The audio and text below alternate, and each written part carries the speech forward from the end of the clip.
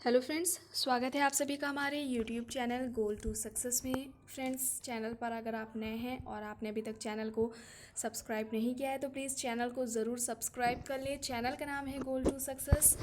And चलिए start करते हैं। आज हम लोग देखने वाले हैं परिवार से संबंधित जितने भी समाजशास्त्री हैं उनके द्वारा जो इम्पॉर्टेंट फैक्ट्स हैं, या हम यूँ कहें कि उनके द्वारा जो कही गई मुख्य बातें हैं परिवार के संदर्भ में, चाहे वो उसके उद्भव को लेकर हो, ठीक है, उस परिप्रेक्ष्य में बात करने वाले हैं। तो सबसे पहले स्टार्ट करने वाले हैं जॉर्ज पीटर मर्डॉक के बारे में, ठीक है। तो जो जॉर्ज पीटर मर्डॉक हैं ये एक प्रकारवादी हैं। इनकी बुक आप लोग जानते हैं, सोशल स्ट्रक्चर इनकी बुक है, मोस्ट इम्पॉर्टेंट है। ये मैचिंग में पहले भी एग्जाम में पूछी जा चुकी है बुक। एंड फील्ड वर्क के बारे में बात करें तो इन्होंने जो 250 समाज हैं, ठीक है, 250 समाजों का अध्ययन किया था, ठीक है। इन 250 जो समाज थी, सोसाइटीज़ थी, ये सभी तरह की थी, जिसमें इन्होंने बताया कि परिवार को, मर्डॉक ने क्या बताया कि एक परिवार सार्वभौमिक सामाजिक संस्था है, ठीक है।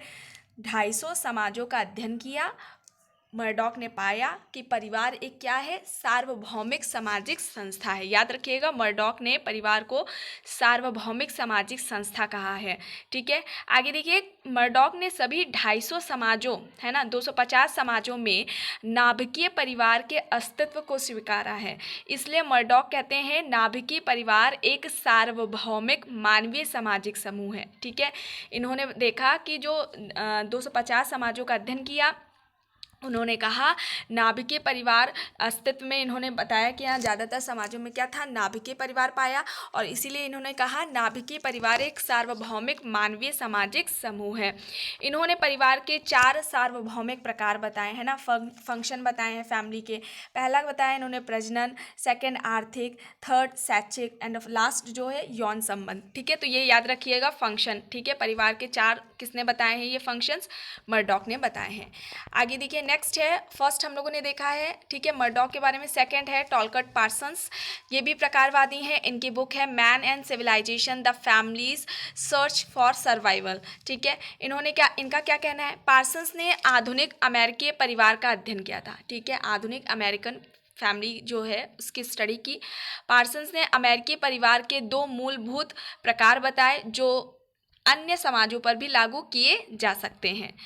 क्या बताए हैं, बच्चों का प्राथमिक समाजीकरण, ठीक है, पहला जो बताया प्रकार बच्चों का प्राथमिक समाजीकरण, दूसरा वयस्क व्यक्तियों का स्त्रीकरण। पार्सन्स ने परिवार को फैक्ट्री की संज्ञा दी है, कारखाना, ठीक है, जो मानवीय व्यक्तित्व को उत्पन्न करता है। याद रखिएगा, ये एग्जाम में पहले भी पूछा जा चुका है। पार्सन्स ने परिवार को फैक्ट्री या कारखाना बताया है जो मानवीय व्यक्तित्व को उत्पन्न करता है। परिवार का दूसरा प्रकार यानी व्यक्तित्व का स्त्रीकरण पश्चिमी समाजों में अधिक महत्वपूर्ण है। क्यों? क्योंकि ये परिवार संरचनात्मक रूप से विलगित नाभिकीय परिवार होते हैं। पार्सन्स ने आधुनिक औद्योगिक समाजों में विलगित नाभिकीय परिवार की बात की है। ये परिवार संरचनात्मक रूप से विलगित होते हैं क्योंकि यह नातेदारी की वृहद व्यवस्था से जुड़े हुए नहीं होते हैं। इस प्रकार के परिवार का जो जन्म है वह सामाजिक उद्विकास के क्रम में संरचनात्मक विभेदीकरण की प्रक्रिया में परिवार के अनेक प्रकार अन्य सामाजिक संस्थाओं को हस्तांतरित होते गए हैं, ठीक है। विलगित नाभिकीय परिवार का निर्माण आर्थिक व्यवस्था की आवश्यकताओं की पूर्ति के क्रम में हुआ है। पार्सन्स ने कहा जो विलगित नाभिकीय परिवार है इसका निर्माण आर्थिक व्यवस्था की आवश्यकताओं को पूरा करने में हुआ है। परिवार का अध्ययन सार्वभौमिक मूल्य और विशिष्टीकृत मूल्य के आधार पर किया है इन्होंने, ठीक है। अध्ययन सार्वभौमिक मूल्य और विशिष्टीकृत मूल्य के आधार पर इन्होंने अध्ययन किया है परिवार का। किसने? पार्सन्स ने। यहाँ पर ये इंपॉर्टेंट हो जाता है, आपको याद रखना है। थर्ड है एडमंड लिंच के बारे में। इनकी जो बुक है इंपॉर्टेंट अ रनवे वर्ल्ड है। लीच ने औद्योगिक समाज में परिवार का निराशावादी दृष्टिकोण से अध्ययन किया है, ठीक है। औद्योगिक समाज में परिवार का निराशावादी दृष्टिकोण से अध्ययन किसने किया है? लीच ने कहा है नाभिकीय परिवार अतिभारित विद्युत परिपथ बन गया है। आगे देखिए लीच क्या कहते हैं, परिवार में डर और संघर्ष का जो स्रोत है वह निजता है। ये कहते हैं अच्छे समाज का आधार होने की बजाय परिवार अपनी संकीर्ण निजता और निकम्मी गोपनीयता के साथ हमारे असंतोष का स्रोत है, ठीक है। तो ये देख सकते हैं आप। नेक्स्ट ये इंपॉर्टेंट है आर डी लेक का। इनकी आर.डी. लेक इनकी जो बुक है the politics of the family है, ये एग्जाम में काफ़ी बार पूछी जा चुकी है। लेग प्रघटना शास्त्री मनोवैज्ञानिक हैं। लेग ने ऐसे परिवारों का अध्ययन किया जिसमें कोई सदस्य सिजोफ्रेनिक होता है। सिजोफ्रेनिक व्यवहार का अध्ययन पारिवारिक संबंधों के अंतर्गत ही किया जा सकता है। लेग ने परिवार का अध्ययन अंतःक्रिया के समुच्चय के रूप में किया है। ठीक है, अंतःक्रिया के समुच्चय के रूप में किसने किया है? लेग ने किया है, ये आपको याद रखना है। इन्होंने परिवार को विध्वंसक और शोषणकारी संस्था माना है। किसने परिवार को विध्वंसक और शोषणकारी संस्था माना है? लेग ने माना है। ठीक, याद रखिएगा, एग्जाम में पूछ सकते हैं। इन्होंने कहा है परिवार एक गैंगस्टर की तरह व्यवहार कर सकता है। यह प्रत्येक दूसरे की हिंसा से सुरक्षा प्रदान करता है। ठीक है, परिवार एक गैंगस्टर की तरह व्यवहार कर सकता है या प्रत्येक दूसरे की हिंसा से सुरक्षा प्रदान कर सकता है। ठीक है, तो ये इंपॉर्टेंट हो जाता है। यहाँ पर मोस्ट इंपॉर्टेंट है डेविड कूपर के बारे में। इनकी बुक है the death of the family है, ये काफ़ी बार एग्जाम में पूछी जा चुकी है बुक। प्रघटना शास्त्री मनोवैज्ञानिक है, आर.डी. लेक के साथ इन्होंने कार्य किया है। ठीक है, वर्क किया है। इन्होंने परिवार को निरर्थक संस्था बताया है जो स्वयं को और इसके सदस्यों को उनकी अपनी व्यक्तिगत पहचान बनाने से रोकता है।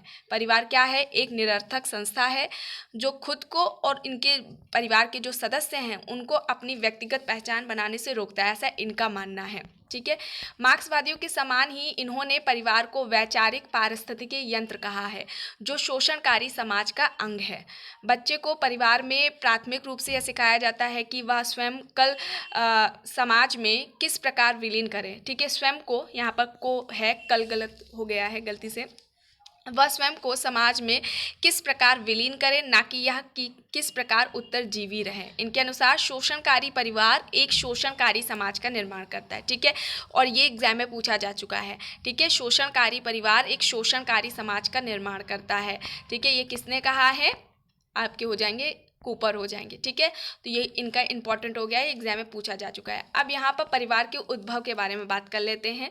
ठीक है, पितृसत्तात्मक या मातृसत्तात्मक सिद्धांत से संबंधित कौन कौन से हो जाएंगे समाजशास्त्री, इससे रिलेटेड भी क्वेश्चंस आते हैं। तो शास्त्रीय सिद्धांत की बात करें या पितृसत्तात्मक सिद्धांत हम कहें तो इस सिद्धांत के अनुसार परिवार का आरंभिक रूप पितृसत्तात्मक के साथ साथ पितृस्थानीय या पितृवंशीय भी था। ठीक है, शास्त्रीय सिद्धांत बोले या हम बात करें पितृसत्तात्मक सिद्धांत की, तो इनके अनुसार ये है कि परिवार का जो शुरू में प्रारंभिक रूप था वह पितृसत्तात्मक या पितृस्थानीय पितृवंशीय था। 1861 में सर हेनरी मैन ने विश्व के विभिन्न समाजों का अध्ययन किया, पाया कि अध्ययन करके, ठीक है, अध्ययन के आधार पर इस सिद्धांत को उन्होंने आगे बढ़ाया। मैन ने पाया कि मातृसत्तात्मक परिवारों का जो जन्म हुआ है वह पितृसत्तात्मक परिवारों के बाद हुआ, यानी कि पितृसत्तात्मक पहले आया, फिर उसके बाद मातृसत्तात्मक परिवार का जन्म हुआ। ठीक है, मातृसत्तात्मक सिद्धांत की बात करें तो इनमें प्रमुख जो विद्वान हैं या समाजशास्त्री हम कहें तो ब्रिफॉल्ट, टाइलर, बैकोफेन हो जाएंगे। ब्रिफॉल्ट ने जो सिद्धांत मातृसत्तात्मक सिद्धांत की बात की है वो बुक है इनकी द मदर्स, ठीक है, उसमें की है। मॉर्गन से प्रभावित होकर ब्रिफॉल्ट ने माना है कि परिवार की उत्पत्ति एक अन्य संस्था मात्र अधिकार या मात्र सत्तात्मक से बताया इन्होंने, और परिवार के अन्य रूप यानी पितृसत्तात्मक और एक विवाही परिवार को इन्होंने बाद में बताया है। टाइलर कहते हैं पहले परिवार मात्र सत्तात्मक था, फिर मात्र सत्तात्मक पितृसत्तात्मक का मिश्रण हुआ और बाद में पितृसत्तात्मक परिवार का क्या हुआ, अस्तित्व आया सामने हमारे। बैकोफेन का मानना है कि मानवता आदिम काल में वर्णसंकर की अवस्था में थी और फिर परिवार का सबसे पहला रूप मात्रक था। ठीक है, तो इतना है। ठीक है, सब अपना ही अपना बोल रहे हैं कि पहले ये अस्तित्व में आया। ठीक है, आपको बुक याद रखनी है, इंपॉर्टेंट कौन कौन है। ठीक है, समाजशास्त्री किससे संबंधित वो आपको याद रखनी है, जो इंपॉर्टेंट बातें हैं वो आपको याद रखनी है ना, चाहे वो डेविड कूपर का हो जाए, आर.डी. लेक का हो जाए आपका। ठीक है, ये इंपॉर्टेंट बातें हैं जो आपको ज़रूरी थी बतानी। आई होप आपको वीडियो ये पसंद आई होगी। अगर आपको फ्रेंड्स ये वीडियो पसंद आई हो तो प्लीज़ लाइक करिएगा, कमेंट करके ज़रूर बताइएगा। चैनल पर आप नए हैं तो प्लीज़ चैनल को ज़रूर सब्सक्राइब कर लीजिएगा और इस वीडियो को जितना हो सके ज़्यादा से ज़्यादा लोगों के साथ शेयर भी ज़रूर करिएगा। Thank you.